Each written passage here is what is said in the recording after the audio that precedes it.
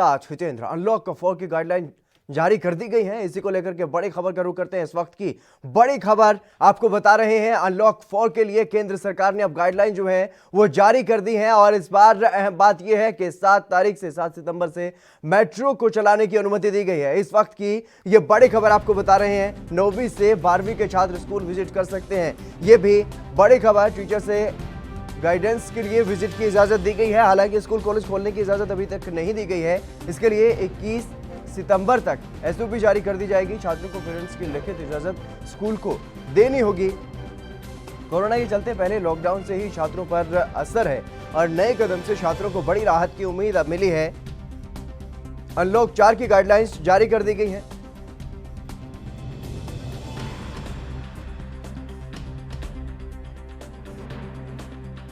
मिहिर मिश्रा हमारे managing editor हमारे साथ जुड़ गए हैं। मिहिर जी, क्या कुछ जानकारी फिलहाल मिल रही है? क्योंकि जिस तरीके से अनलॉक 4 में कहीं ना कहीं अब जो छात्रों को स्कूल कॉलेज में विजिट करने की इजाजत दे दी गई है। हालांकि 30 तारीख तक बंद रहेंगे स्कूल कॉलेज, लेकिन उसके बावजूद भी 21 तारीख के बाद विजिट कर पाएंगे छात्र।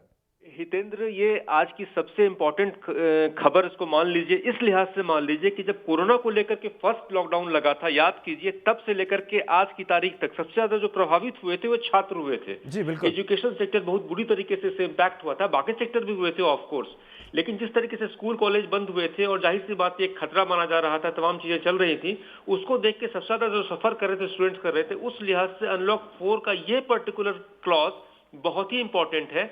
इसमें साफ साफ केंद्र ने कहा है इसके लिए बाकायदा एसओपी जारी किए जाएंगे। एसओपी का मतलब होता है स्टैंडर्ड ऑपरेटिंग प्रोसीजर। जी बिल्कुल। इसके लिए केंद्र सरकार 21 तारीख को एक एसओपी हेल्थ मिनिस्ट्री जारी करेगी, जिसके तहत बताया जाए कि उसमें किन किन पैरामीटर्स का ख्याल रखना है।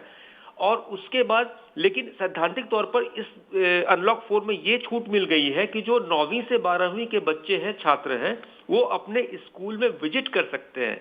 हालांकि इसको रेगुलर क्लासेस से कंफ्यूज करने की जरूरत नहीं है, उनको स्कूल जाने की इजाजत होगी। इस इजाजत का खास मकसद ये है ताकि वो टीचर से अपने गाइडेंस ले सके, क्योंकि आपको ही पता है कि ऑनलाइन टीचिंग और एक स्टूडेंट और टीचर का जो कनेक्ट होता है वो क्लासरूम का कनेक्ट सबसे स्ट्रांग होता है। एक गुरु शिष्य की परंपरा इस देश में रही है। उस परंपरा के तहत क्लासरूम में पढ़ने का एक जो फील होता है, जो टीचर से कम्युनिकेट आप करते हैं, उस चीज की बराबरी ऑनलाइन क्लासेस कभी नहीं कर सकते। लेकिन कोरोना की वजह से आज ये मजबूरी था और जरूरी था कि हम लोग ऑनलाइन क्लासेस में स्कूल तमाम गए और ये गए। इस लिहाज से आज की सबसे इंपॉर्टेंट खबर ये है, अनलॉक 4 के संबंध में मैं आपको साफ करना चाहूंगा कि अब स्कूलों में 9वीं से लेकर के 12वीं तक जो छात्र हैं उनको विजिट करने की इजाजत मिल गई है। वो स्कूल जा सकते हैं, अपने टीचर से गाइडेंस ले सकते हैं, क्योंकि आपको ही पता होगा कि अचानक से जब 8वीं से 9वीं में बच्चे जाते हैं तो पढ़ाई अचानक से बेहद मुश्किल हो जाती है। वैसे समय में बहुत कुछ ऑनलाइन के भरोसे बता पाना, समझा पाना बच्चों के लिए मुश्किल होता है, छात्रों के लिए मुश्किल होता है, पेरेंट्स के लिए मुश्किल होता है। हाँ, इसमें एक क्लॉज जोड़ा गया है हितेंद्र, मैं आपको ये बता दूं, इसमें एक खास क्लॉज जोड़ा गया है। क्लॉज क्या है कि बच्चों को अपने पेरेंट्स की, अपने अभिभावकों की, माता पिता की लिखित इजाजत लेनी पड़ेगी कि भाई वो अपने बच्चों को इसके लिए अलाउ कर रहे हैं कि वो स्कूल जाएं और एक टीचर से गाइडेंस ले सकें। तो निश्चित रूप से हितेंद्र, ये अनलॉक 4 का सबसे इंपॉर्टेंट एक स्टेप है, जिससे मेरे ख्याल से काफी फायदा होगा बच्चों को। क्लासरूम एजुकेशन का अपना वैल्यू होता है, ठीक है, ये नॉर्मल रूटीन क्लासेस की तरह नहीं होगा, लेकिन इसका इम्पैक्ट, इसका जो सिंबॉलिक वैल्यू है वो बहुत ज्यादा है हितेंद्र। लेकिन मिहिर जी, जिस तरीके से ये इजाजत तो दे दी गई है कि टीचर से अब बच्चे मिल सकेंगे, लेकिन क्या स्कूल कॉलेज अपने जो वहां के टीचर्स हैं उन सभी को बुला पाएंगे 21 तारीख के बाद? देखिए, इसका भी एक क्लॉज है। अनलॉक 4 की गाइडलाइंस में ये साफ साफ लिखा गया है, कहा गया है, जो मैं फिर एक बार एएनबी न्यूज के दर्शकों को बता दूं कि जितने स्कूल और टीचिंग इंस्टीट्यूशंस हैं उनको अपने कुल स्टाफ की संख्या का 50% बुला सकते हैं। उसकी छूट उन्हें मिल गई है जी। और वो ऑनलाइन क्लासेस के लिए मिली है। तो जब आपके स्कूल में अगर 100 टीचर हैं, 50 उसमें से आ रहे हैं या 50 स्टाफ उसमें से आ रहा है, तो निश्चित रूप से ऑनलाइन क्लासेस के बाद भी अगर मान लीजिए बच्चे आते हैं गाइडेंस के लिए, तो एक बड़ी चीज है, उसमें कोई खास दिक्कत, कोई परेशानी, स्कूल प्रिपेयर्ड है इस चीज के लिए। बल्कि अब ये कोरोना की वजह से चीजें बहुत प्रोलॉन्ग और इतनी लंबी खिंच रही थी, और ये संकट सिर्फ पूरे एजुकेशन सेक्टर में आप एक छोटा सा सेक्टर नहीं होता है, इसमें बहुत सारे लोगों के हित जुड़े होते हैं। स्कूलों में जो स्टाफ होते हैं, स्टाफ का फैमिली होता है, बाकी non teaching staff, teaching staff, और सबसे बढ़कर के बाद छात्र। ये सारा जो इंफ्रास्ट्रक्चर स्कूल खड़ा होता है किसके हित में होता है? वो बच्चों के हित में होता है, स्टूडेंट्स के हित में होता है। वो इस देश के लिए नागरिक तैयार करते हैं। तो इस लिहाज से बहुत ही इंपॉर्टेंट कदम है और मेरे ख्याल से तमाम लोग इसका स्वागत करेंगे। हाँ, जी एक बात आपको और साफ कर दूं, कुछ जो कंटेनमेंट जोन्स हैं जी इस देश में, और कंटेनमेंट जोन्स कौन से होंगे इसकी शिनाख्त, इसकी पहचान जो है वो जिला प्रशासन, जिला स्तर के अधिकारी करेंगे कि कौन सा कंटेनमेंट जोन है और कौन सा नहीं है। उन जगहों पे लॉकडाउन आम दिनों की तरह लागू रहेगा, जी ये भी आपको जी बता दूं। जी जी मिहिर, लेकिन इसके जो अलावा नॉन कंटेनमेंट जी जोन्स हैं वहां पर जो स्कूल्स हैं उनमें 9वीं क्लास से लेकर 12वीं क्लास तक ये बहुत बड़ी एक राहत है बच्चों के लिए। उनको अब परीक्षाओं का उतना नहीं रहेगा। एक टीचर से जो गाइडेंस मिलने का, एक डायरेक्ट कांटेक्ट का जो फायदा होता है जी वो फायदा उनको मिलेगा, जो अब तक पिछले कई महीनों से नहीं मिल पा रहा था। ऑफ कोर्स बीमारी थी, महामारी थी और ग्लोबली ये चीज थी, कोई इंडिया में ये चीज नहीं थी। हितेंद्र जी, इसके अलावा अगर बात की जाए, छात्रों को एक बड़ी राहत कहीं ना कहीं दी गई है 9वीं से 12वीं के छात्रों के लिए ये, लेकिन इसके अलावा क्या कुछ और महत्वपूर्ण है अनलॉक 4 में? देखिए, अनलॉक 4 में महत्वपूर्ण तो वैसे बहुत कुछ है, लेकिन सबसे इंपॉर्टेंट बात यह है कि फेज वाइज का मतलब हुआ चरणबद्ध तरीके से बहुत सारी एक्टिविटीज शुरू होंगी, लेकिन वो स्टेप बाय स्टेप होंगी। अचानक से सरकार कुछ खोलने की, इसीलिए बहुत कायदे से इस पूरे प्रोसेस को नाम दिया गया अनलॉक। अनलॉक 1 आया, 2 आया, 3 जी आया, 4 आया। जी 4 में बहुत सारी छूटें दी गई हैं। उसमें से एक महत्वपूर्ण छूट ये भी है कि 7 सितंबर से मेट्रो चलाने की इजाजत मिलेगी। जी उसके अलावा भी अनलॉक 4 की हम लोग बात करें तो उसमें यह है कि जो गाइडलाइंस उसके तहत मेट्रो सर्विस आपका ऑपरेशनल हो रहा है। स्कूल कॉलेजेस का जो रेगुलर टीचिंग का काम है वो जरूर बंद रहेगा, लेकिन इफेक्ट इसलिए नहीं होगा क्योंकि आपको ये डायरेक्ट आपको गाइडेंस के लिए वो इस बच्चे जा सकेंगे स्कूल। जी इसके मिहिर, अलावा इसके अलावा क्योंकि जिस तरीके से कई राज्यों की सरकारें जो हैं वो फिर से लॉकडाउन लगाने पर विचार कर रही हैं, उसको लेकर के राज्यों को क्या कुछ दिशा निर्देश दिए गए हैं? देखिए, इस मामले में केंद्र सरकार की पॉलिसी बहुत साफ है। जी केंद्र सरकार ने अनलॉक 4 में भी ये साफ कर दिया है कि बिल्कुल माइक्रो लेवल यानी कि बिल्कुल सूक्ष्म स्तर पर, जिला स्तर पर वहां के अधिकारी इस बात को डिसाइड करेंगे कौन सा इलाका कंटेनमेंट जोन है, कौन सा नहीं है। जी केंद्र अपनी कोई चीज थोप नहीं रहा है। जी केंद्र ने एक गाइडलाइंस दिए हैं, उन गाइडलाइंस को लोकल जो जिला के अधिकारी होंगे वो तय करेंगे कि हाँ फला इलाका कंटेनमेंट जोन है, फला इलाका नहीं है। जी ये एक जनरल गाइडलाइंस है जिसको एक मतलब उसको राज्यों में सिचुएशंस के हिसाब से इंप्लीमेंट किया जाएगा। हितेंद्र जी, तमाम महत्वपूर्ण जानकारी देने के लिए बहुत बहुत शुक्रिया आपका। तो जिस तरीके से अनलॉक 4 की गाइडलाइन अब जारी कर दी गई है, तो उसमें बड़ी राहत जो है वो कहीं ना कहीं छात्रों को अब दे दी गई है। जो 9वीं से 12वीं के छात्र हैं वो अपने टीचर से विजिट करने के लिए, टीचर से कोई सलाह मशविरा करने के लिए और किसी भी तरीके की जो गाइडेंस है वो लेने के लिए स्कूल विजिट कर पाएंगे, कॉलेज में विजिट कर पाएंगे और स्कूल कॉलेज को भी अपने 50% स्टाफ को बुलाने की इजाजत दे दी गई है। लेकिन इस दौरान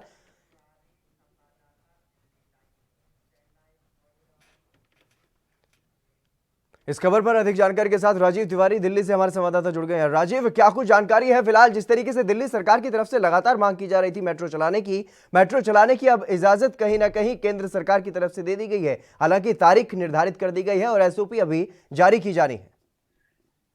देखिए, बिल्कुल ब्रदर, जिस तरीके से दिल्ली सरकार बार बार केंद्र सरकार से गुहार लगाने की कोशिश कर रही थी कि दिल्ली मेट्रो जो है वो कहीं ना कहीं चलाई जाए, क्योंकि दिल्ली मेट्रो को लाइफ लाइन कहा जाता है दिल्ली की। तो कहीं ना कहीं ये जरूर है केंद्र सरकार की जो कोशिशें थी या कहे राज्य सरकार की जो कोशिशें थी, और यहाँ तक कि डीएमआरसी भी कोशिश कर रहा था कि किसी भी तरीके से मेट्रो को चलाया जाए, क्योंकि काफी लंबा समय हो चुका है लॉकडाउन लगाए हुए और अनलॉक भी चलाए हुए। तो कहीं ना कहीं ये जरूर है अब जब कह सकते हैं 7 सितंबर से मेट्रो लाइफ लाइन यानी कि दिल्ली की जो लाइफ लाइन है वो चालू हो सकती है, और कहीं ना कहीं सोशल डिस्टेंसिंग का पालन भी करना किया जाएगा इसके अंदर। और जहां तक कि जो इसकी तैयारी की बात करें, जो मेट्रो की पूरी तैयारी की जा चुकी है, डीएमआरसी के जो अधिकारी हैं उन्होंने पहले ही स्पष्ट कर दिया कि हम हर तरीके से मेट्रो के लिए तैयार हैं। और यहां तक कि जो जनता को जो सुविधा है यानी कि दिल्ली की जो जनता को सुविधा देनी है वो भी तैयार की जा चुकी है। और यहां तक कि सरकार के सिर्फ ऑर्डर का कैसे इंतजार किया जा रहा था, मगर कहीं ना कहीं बात करें अब जब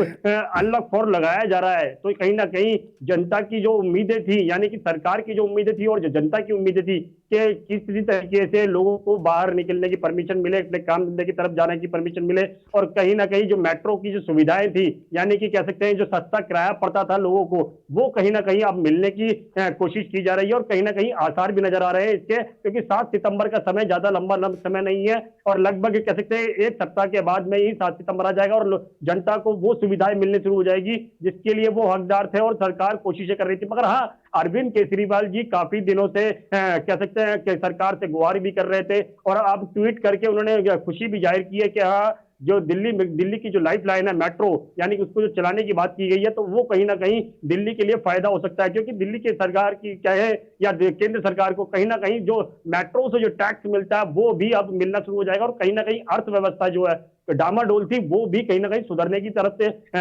कदम उठाया जाएगा। मगर देखना होगा जिस तरीके से कहा जा रहा है कि जो स्कूल कॉलेज है या फिर बच्चों के लिए जो दिक्कतें थी वो भी अभी बंद रहेंगी, यानी कि स्कूल कॉलेज अभी बंद रहेंगे, और कहीं ना कहीं जो 8वीं और 9वीं क्लास के लिए जो छूट दी गई है, क्या विजिट कर सकते हैं स्कूल के अंदर जाके, यहाँ तक कि वो भी अपने पेरेंट्स के द्वारा। तो अगर पेरेंट्स नहीं मना करते हैं तो स्कूल कॉलेजों के अंदर नहीं जा सकते हैं, खासकर वो 8वीं और 9वीं क्लास के जो बच्चे होंगे, क्योंकि किसी कारण से जा सकते हैं स्कूल के अंदर, और स्कूल के अंदर कह सकते हैं डिपार्टमेंट है, यानी टीचर है या फिर प्रिंसिपल है या फिर और स्टाफ है, वो भी कहीं ना कहीं आएगा और बच्चों के इंतजार किया जाएगा। अगर किसी बच्चे को कोई दिक्कत हो रही है तो वो उनको समझाया जाएगा, किस तरीके से फॉलो किया जाएगा। मगर ये सारी प्रक्रिया एक उनके फैमिली के द्वारा की जाएगी, कि अगर फैमिली साथ में नहीं होती है तो शायद बच्चे को पूरी जानकारी नहीं दी जाएगी, क्योंकि उनके पेरेंट्स को बुलवाया जाएगा, विदाउट पेरेंट्स के बच्चों से बात नहीं की जाएगी। तो कहीं ना कहीं एक जिम्मेवारी जरूर है, बच्चे अभी ना समझे, क्योंकि 8वीं और 9वीं क्लास के बच्चे इतने समझदार नहीं होते हैं, तो कहीं ना कहीं ये जरूर है पेरेंट्स साथ में है तो कहीं ना कहीं स्कूल प्रशासन की जिम्मेवारी भी बनेगी, और दोनों तरफ मैनेज किया जाएगा कि सोशल डिस्टेंसिंग के साथ साथ बच्चों को समझाया भी जाए। मगर कहीं ना कहीं जिस तरीके से बात करें कि अब लंबा समय चला गया है, क्योंकि अनलॉक 1 चला, अनलॉक 2 चला, अनलॉक 3 चला, अब अनलॉक 4 की बारी है, तो कहीं ना कहीं केंद्र सरकार कोशिश कर रही है अर्थव्यवस्था या फिर जनता की जो दिनचर्या था वो कहीं ना कहीं पटरी पे आ सके, और पटरी के साथ साथ लोगों को काम धंधा भी मिल सके, क्योंकि जब तक काम नहीं करेगा तो खाएगा क्या और कमाएगा क्या। वही चीज अब समझ में आ रही है सबके कि जब तक बाहर निकलना नहीं पड़ेगा तो कहीं ना कहीं दिक्कतें आएंगी। मगर अब जब बाहर निकलने की प्रक्रिया स्टार्ट की जा रही है तो कहीं ना कहीं जो सुविधाएं दी जा रही है वो कहीं ना कहीं अहम रोल निभाती है। और खासकर एक चीज को और तरफ गौर करने की कोशिश करेंगे हम, जो कह सकते हैं धार्मिक स्थलों के जो बड़े पंडाल हैं या फिर बड़े कोई जो प्रोग्राम होंगे उनके अंदर अभी 100 लोगों के जाने की परमिशन दी जाएगी, वो भी एक ट्रायल बेसिस। अगर वो सक्सेस होता है तो कहीं ना कहीं आगे के लिए छूट दी जाएगी, अगर वो ट्रायल में कामयाब नहीं होता है तो शायद इस प्रक्रिया को रोक दिया जाएगा, और कहीं ना कहीं बड़े जो कार्यक्रम होंगे उनको भी रोक दिया जाएगा। बिल्कुल राजीव, तमाम जानकारी देने के लिए बहुत बहुत शुक्रिया आपका। तो अनलॉक 4 की गाइडलाइंस जो है वो जारी कर दी गई है, और तमाम छूट, तमाम राहत अब जनता को दे दी गई है। जिस तरीके से अनलॉक के बारे में भी कहा गया है कि अब अनलॉक जो है वो पूरे देश में होगा, कहीं भी अब लॉकडाउन नहीं होगा। जो कंटेनमेंट जोन है वहां पर भले ही अब सख्ती बरती जाएगी, लेकिन उसके अलावा और कहीं नहीं। फिलहाल रुकेंगे एक छोटे से ब्रेक के लिए, जल्द हाजिर होंगे।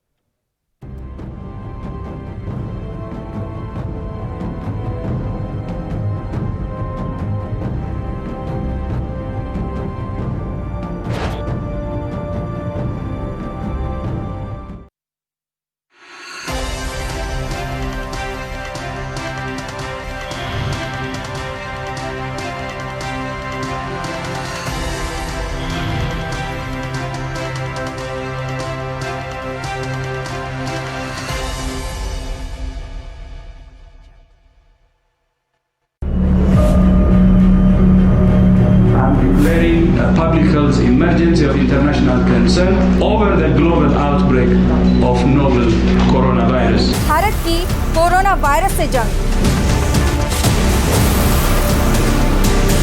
आपको चाहिए पूरी जानकारी के लिए भरोसेमंद जरिया।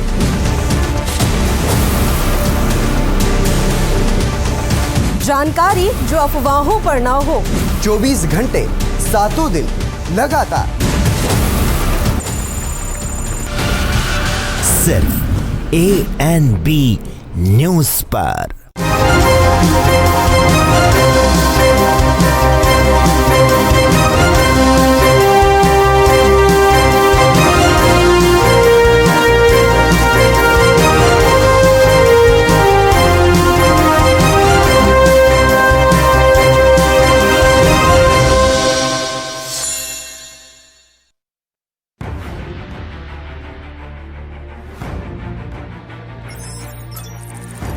खबर चाहे सियासत की हो या सरकार की, खबर चाहे भ्रष्टाचार की हो या गुनहगार की, दिन भर में क्या रहा देश जगत का हाल, किस मुद्दे ने बनाई किसकी सरकार, रखते हैं हम सब पर नजर।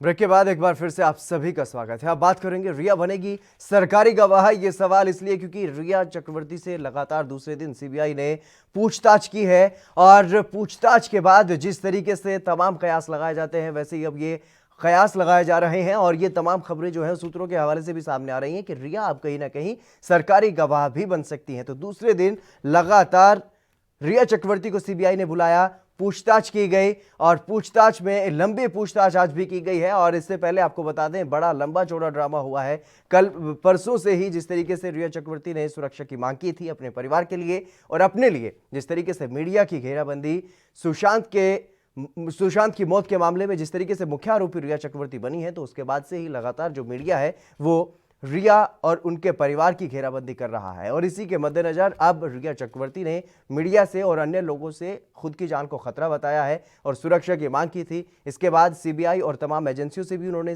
सुरक्षा की मांग की, सोशल मीडिया पर भी पोस्ट करके सुरक्षा की मांग की गई। जिसके बाद अब सीबीआई के निर्देशों के आधार पर मुंबई पुलिस ने रिया चक्रवर्ती को सुरक्षा भी दे दी है और सुरक्षा के घेरे में ही लाने और ले जाने की बात कही गई है। अगर सीबीआई या पूछताछ के लिए बुलाती है तो रिया चक्रवर्ती को ले जाने और वहां पर छोड़कर आने का जिम्मा अब पुलिस का है, मुंबई पुलिस का है। और मुंबई पुलिस लगातार इस मामले में अब सतर्कता बरत रही है और हालांकि सीबीआई के साथ साथ ईडी और एनसीबी भी जांच शुरू किए हुए हैं। लेकिन इसी बीच जिस तरीके से तमाम कयास लगाए जा रहे हैं, तमाम बातचीत कही जा रही है कि रिया चक्रवर्ती अब सरकारी गवाह बन सकती है। इसके अलावा और भी तमाम बातें कही जा रही हैं।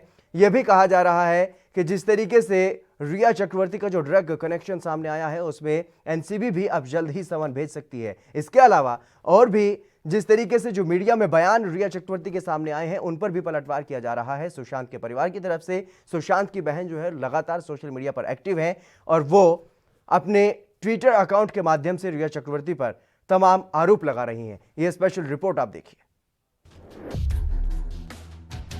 सुशांत सिंह राजपूत की मौत के मामले में सीबीआई जांच का आज 9वां दिन है। रिया चक्रवर्ती को आज दूसरे दिन भी सीबीआई ने पूछताछ के लिए बुलाया। रिया पुलिस एस्कॉर्ट के साथ डीआरडीओ गेस्ट हाउस पहुंची थी। सीबीआई ने यहीं उनसे पूछताछ की। मुंबई पुलिस ने आज बताया कि एक्ट्रेस को गेस्ट हाउस जाते वक्त और वहां से घर लौटते वक्त सुरक्षा दी जाएगी। सीबीआई ने इसकी अपील की थी।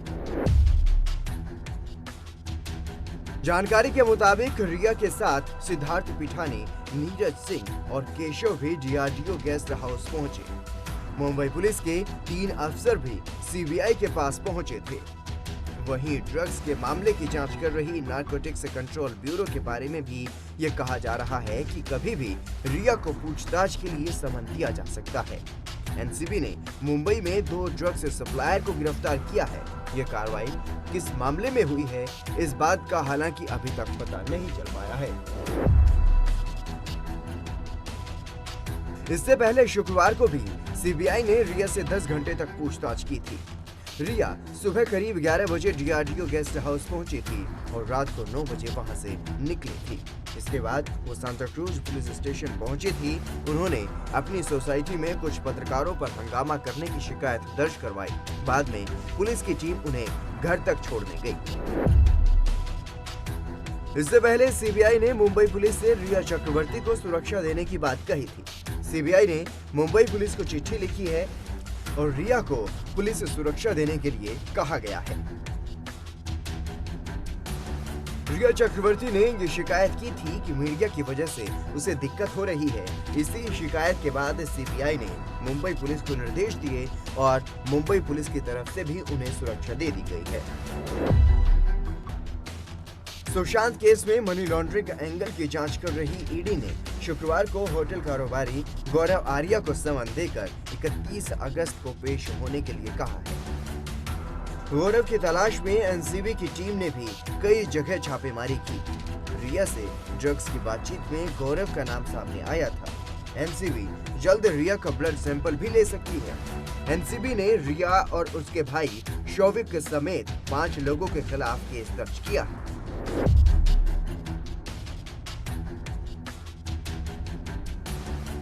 वहीं रिया के मीडिया में सामने आए कई बयानों पर सुशांत की बहन लगातार प्रतिक्रिया दे रही है।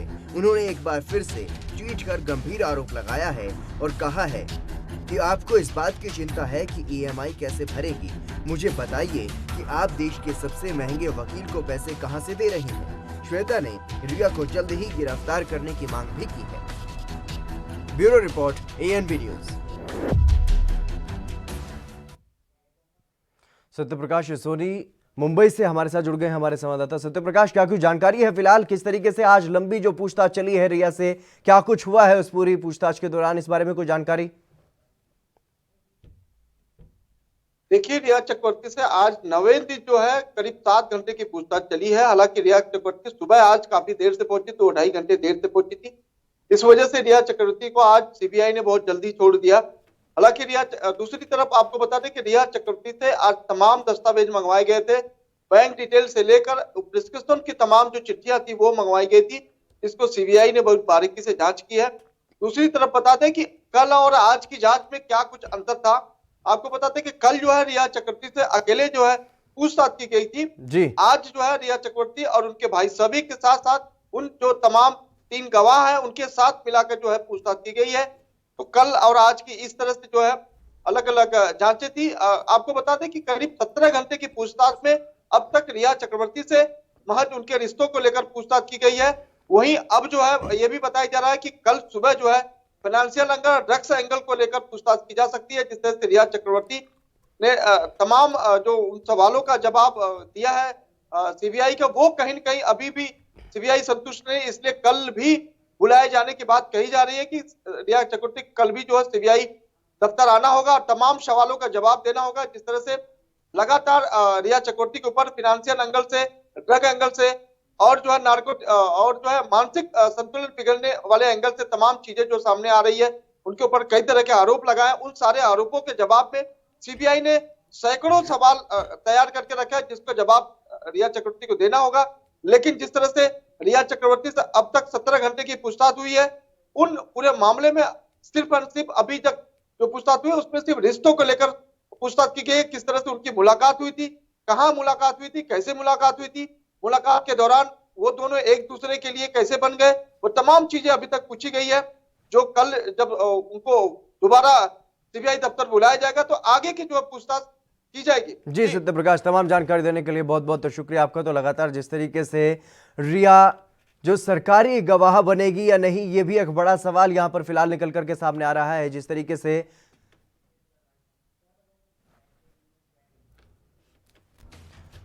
लगातार रिया चक्रवर्ती से पूछताछ की जा रही है। दूसरे दिन आज 7 घंटे तक पूछताछ की गई और ये जानकारी निकल करके सामने आ रही है कि अभी तक रिया से सिर्फ उनके और सुशांत के कनेक्शन के बारे में पूछा गया है कि वो कैसे मिले और क्या कुछ उनके बीच हुआ, क्या कुछ नहीं हुआ। और इसके बाद अब जो ड्रग्स का एंगल निकल करके सामने आ रहा है उसके बारे में भी पूछताछ अब की जाएगी।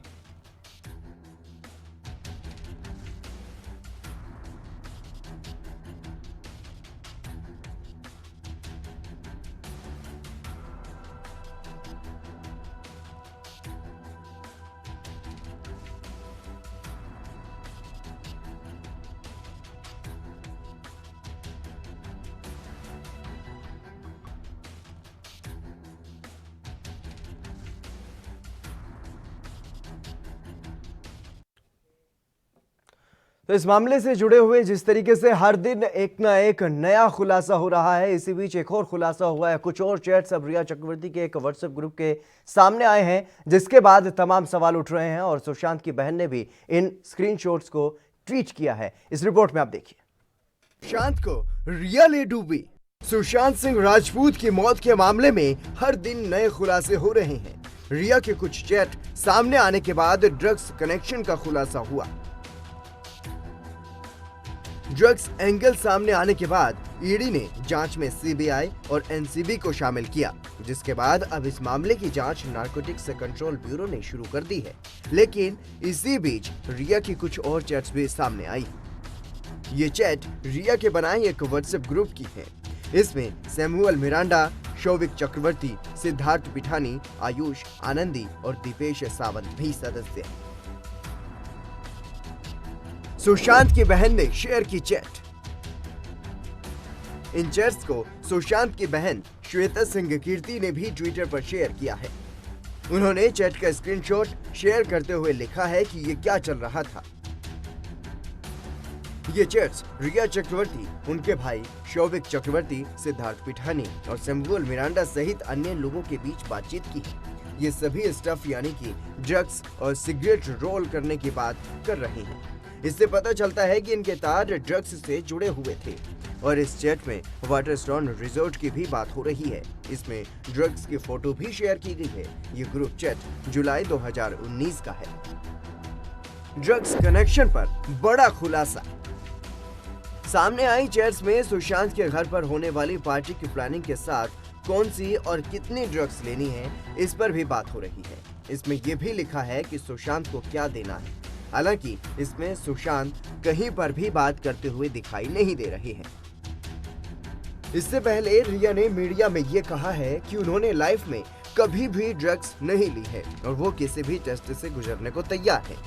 पहली चैट में एक शख्स ये भी लिखता है कि वाटरस्टोन की जिस दिन की बुकिंग की गई थी वो कैंसिल हो गई है। इस चैट में रिया के भाई शौविक भी हैं।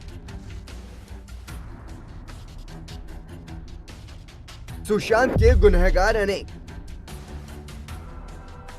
एक चैट में सैमुअल मिरांडा ने मैसेज किया है। इसमें एक व्यक्ति कहता है अशोक को कॉल करो। इसके जवाब में मिरांडा कहते हैं स्टफ के लिए ना। इसके जवाब में एक शख्स कहता है हमारे पास अब नहीं है, जिस पर मिरांडा कहते हैं ओके ठीक है। सामने से कोई सिद्धार्थ को बताता है सिर्फ एक डूबी बची है। आगे सिद्धार्थ कहते हैं अशोक किसके हवाले से कह रहे हैं कि वो मैनेज कर देंगे। इस पर सामने से शख्स कहता है कि मैंने उसे आज लाने के लिए कहा है। इसके बाद सिद्धार्थ अशोक को कॉल करने की बात कहते हैं। तीसरे चैट में सैमुअल मिरांडा इस ग्रुप में ड्रग्स की एक तस्वीर भी शेयर करते हैं। Bureau report AN। चलिए फिलहाल इस बुलेटिन में बस इतना ही। नमस्कार।